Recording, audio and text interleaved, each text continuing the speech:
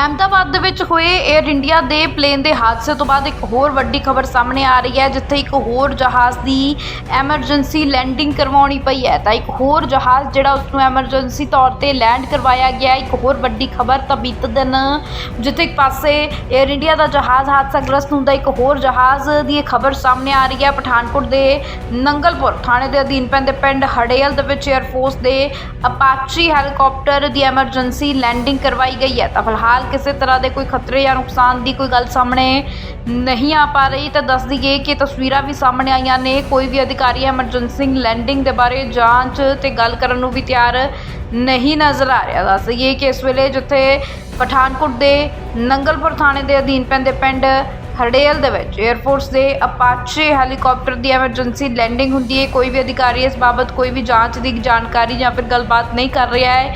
ਤਸਵੀਰਾਂ ਸਾਹਮਣੇ ਆਈਆਂ ਬੀਤੇ ਦਿਨ, ਜਿੱਥੇ ਇੱਕ ਪਾਸੇ ਪਲੇਨ ਕ੍ਰੈਸ਼ ਹੁੰਦਾ ਤਾਂ ਇੱਕ ਹੋਰ ਜਹਾਜ਼ ਦੀ ਐਮਰਜੈਂਸੀ ਲੈਂਡਿੰਗ ਕਰਵਾਈ ਗਈ ਹੈ।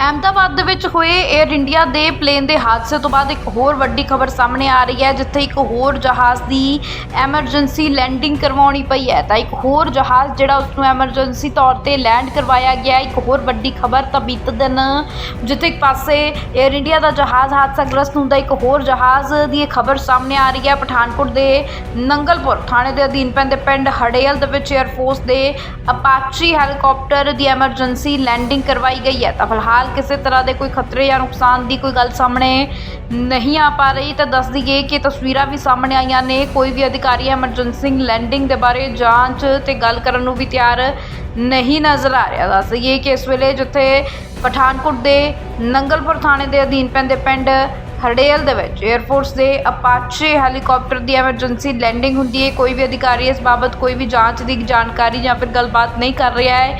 ਤਸਵੀਰਾਂ ਸਾਹਮਣੇ ਆਈਆਂ ਬੀਤੇ ਦਿਨ, ਜਿੱਥੇ ਇੱਕ ਪਾਸੇ ਪਲੇਨ ਕ੍ਰੈਸ਼ ਹੁੰਦਾ ਤਾਂ ਇੱਕ ਹੋਰ ਜਹਾਜ਼ ਦੀ ਐਮਰਜੈਂਸੀ ਲੈਂਡਿੰਗ ਕਰਵਾਈ ਗਈ ਹੈ।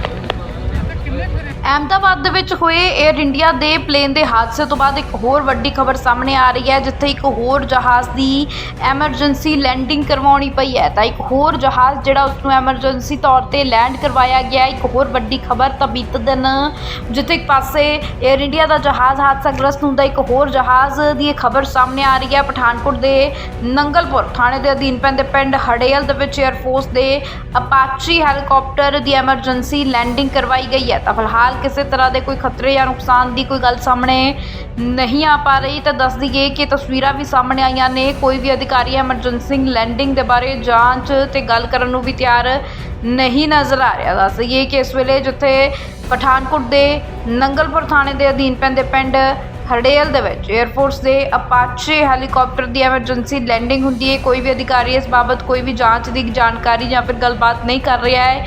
ਤਸਵੀਰਾਂ ਸਾਹਮਣੇ ਆਈਆਂ ਬੀਤੇ ਦਿਨ, ਜਿੱਥੇ ਇੱਕ ਪਾਸੇ ਪਲੇਨ ਕ੍ਰੈਸ਼ ਹੁੰਦਾ ਤਾਂ ਇੱਕ ਹੋਰ ਜਹਾਜ਼ ਦੀ ਐਮਰਜੈਂਸੀ ਲੈਂਡਿੰਗ ਕਰਵਾਈ ਗਈ ਹੈ।